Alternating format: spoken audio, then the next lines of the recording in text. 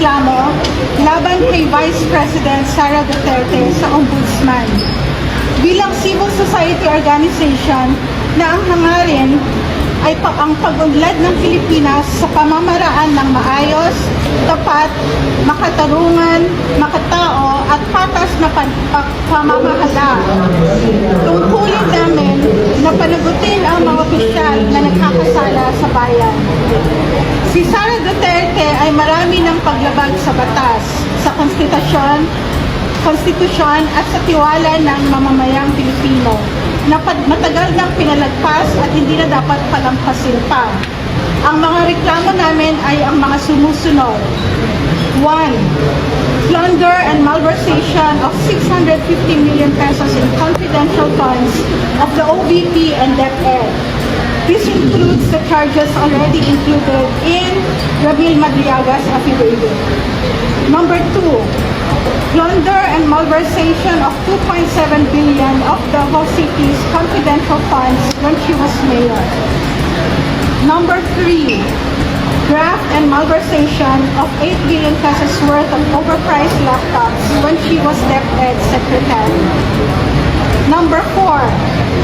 Graft and gross incompetence due to the more than $12 billion pesos of COA disallowances in DepEd when she was DepEd secretary. Number 5, graft due to the 7 billion unliquidated cash advances when she was DepEd secretary.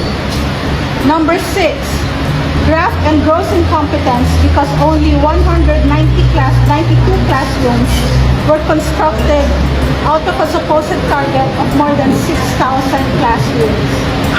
Number 7, ill-gotten wealth and non-declaration in her salon of more than 2 billion pesos of deposits and other assets.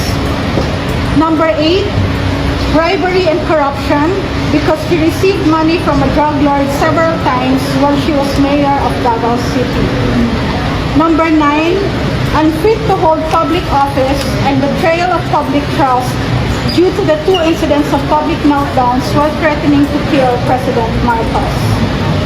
Ang kadalasang depensa ng mga taga-suporta ni VP Duterte ay na yung 650 million confidential funds na kini-question sa kanya ay barya lang kumpara sa mga nakuha sa mga maaagang flood control projects.